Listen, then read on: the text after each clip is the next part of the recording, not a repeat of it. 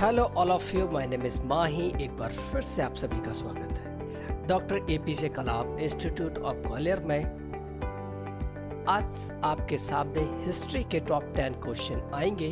अगर आपने हमारे यूट्यूब चैनल को सब्सक्राइब नहीं किया है, सब्सक्राइब कर लें, जिससे कि आने वाली वीडियो की नोटिफिकेशन आपको टाइम पर मिल जाए।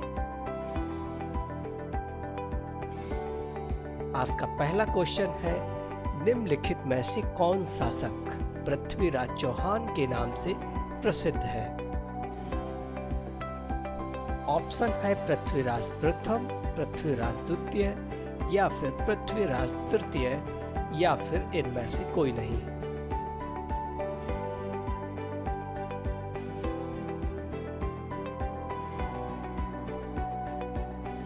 इसका सही उत्तर है पृथ्वीराज तृतीय। अजमेर का शासक पृथ्वीराज तृतीय ही पृथ्वीराज चौहान के नाम से प्रसिद्ध है, जिसने 1191 में तराइन के प्रथम युद्ध में मोहम्मद गौरी को पराजित किया था, परंतु 1192 ई में तराइन के द्वितीय युद्ध में उसकी पराजय हुई थी।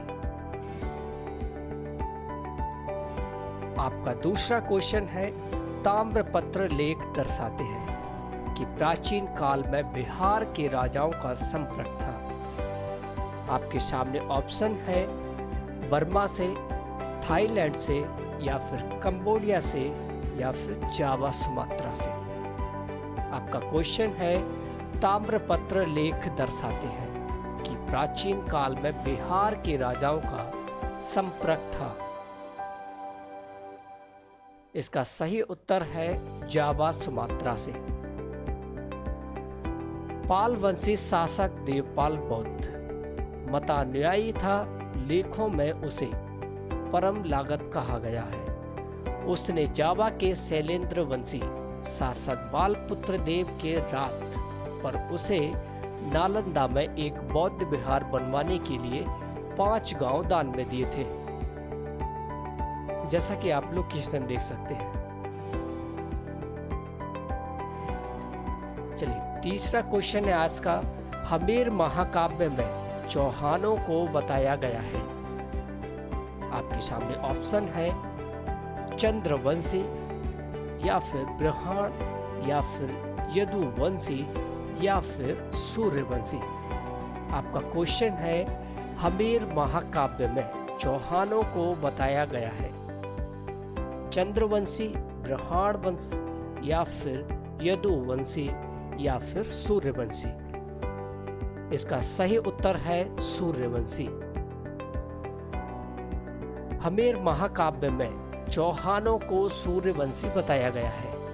हमेर महाकाव्य और पृथ्वीराज विजय के अनुसार चौहान सूर्य के पुत्र चहमान नामक अपने पूर्वज के वंशज थे। वे 4 अग्निकुलों में से एक थे। आज का चौथा प्रश्न है, आल्हा उदल संबंधित थे। आपके सामने ऑप्शन है चंदेरी से, विदिशा से या फिर महोबा से या फिर पन्ना से।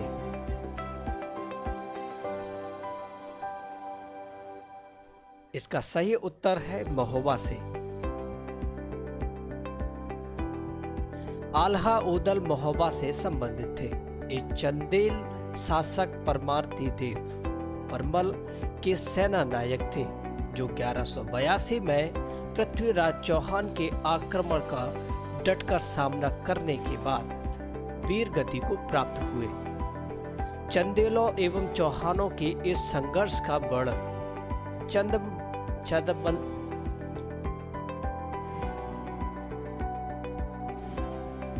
चंदेलों एवं चौहानों के इस संघर्ष का वर्णन चदबर दाई कृति, पृथ्वीराज रासो एवं जैकनिक कृत परमाल रासो के आल्हा खंड से प्राप्त होता है। आज का 5वां क्वेश्चन है, निम्नलिखित राजपूत वंशों में से किसने 8वीं शताब्दी में दिल का दहली शहर की स्थापना की? आपके सामने ऑप्शन है परमार वंश, सोलंकी वंश या फिर तोमर वंश या फिर चौहान वंश। क्वेश्चन है निम्नलिखित राजपूत वंशों में से किसने 8वीं शताब्दी में दिलका दहली शहर की स्थापना की थी? इसका सही उत्तर है तोमर वंश। 8वीं शताब्दी में दिलका दहली शहर की स्थापना तोमर वंश के अनंगपाल ने की थी। चंद्रबरदाई की रचना पृथ्वीराज रासो में तोमर वंश के राजा अनंगपाल को दिल्ली का संस्थापक बताया गया है। बाद में चौहान शासकों ने दिल्ली को अपने अधिकार में ले लिया। आज का 6वां क्वेश्चन है जेजाक मुक्ति प्राचीन नाम था। आपके सामने ऑप्शन है बघेलखंड, बुंदेलखंड का या फिर मालवा का या फिर विदर्भ का। क्वेश्चन है जेजाक मुक्ति प्राचीन नाम था। बघेलखंड का, बुंदेलखंड या फिर मालवा या फिर विदर्भ का। इसका सही उत्तर है बुंदेलखंड का। जेजाक मुक्ति बुंदेलखंड का प्राचीन नाम था। चंदेल वंश के संस्थापक नन्नुक के पुत्र जयसिंह या जेजा के नाम पर यह प्रदेश जेजाक मुक्ति कहलाया। आज का 7वां क्वेश्चन है पुंड्रवर्धन मुक्ति अवस्थित है थी। आपके सामने ऑप्शन है उत्तर बंगाल में, बिहार में या उड़ीसा में, असम में। क्वेश्चन है पुंड्रवर्धन मुक्ति अवस्थित थी उत्तर बंगाल में या बिहार में या उड़ीसा में या फिर असम में। इसका सही उत्तर है उत्तर बंगाल में। प्राचीन काल में पुंड्रवर्धन मुक्ति उत्तर बंगाल के क्षेत्र में अवस्थित थी। पाल, चंद्र एवं सेन राजवंशों के युग में इसके क्षेत्राधिकार का विस्तार उत्तर बंगाल के बाहर भी था। आज का 8वां प्रश्न है पाल वंश का संस्थापक कौन था?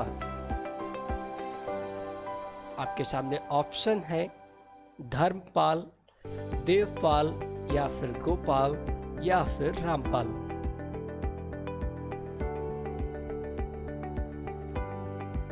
इसका सही उत्तर है गोपाल।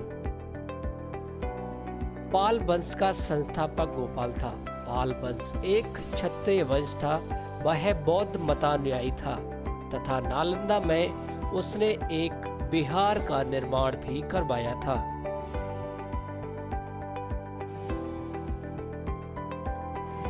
आपके सामने 9वां क्वेश्चन है निम्नलिखित में से किसने सोमपुर महाविहार का निर्माण कराया था?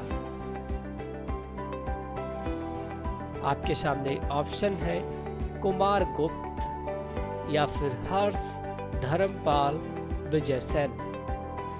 निम्नलिखित में से किसने सोमपुर महाविहार का निर्माण कराया था?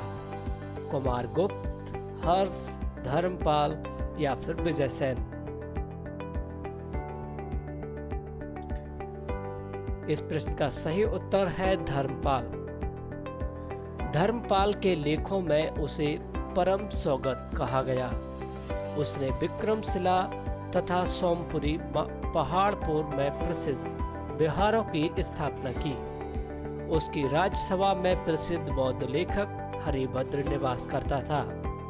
तारानाथ के अनुसार उसने 50 धार्मिक विद्यालयों की स्थापना करवाई थी, किंतु राजा के रूप में उसमें धार्मिक असहिष्णुता एवं कट्टरता नहीं थी।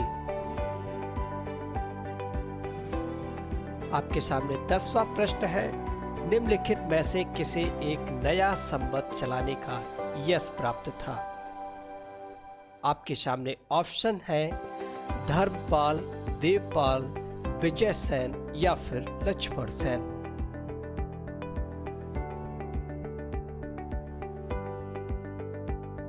इसका सही उत्तर है लक्ष्मण सेन।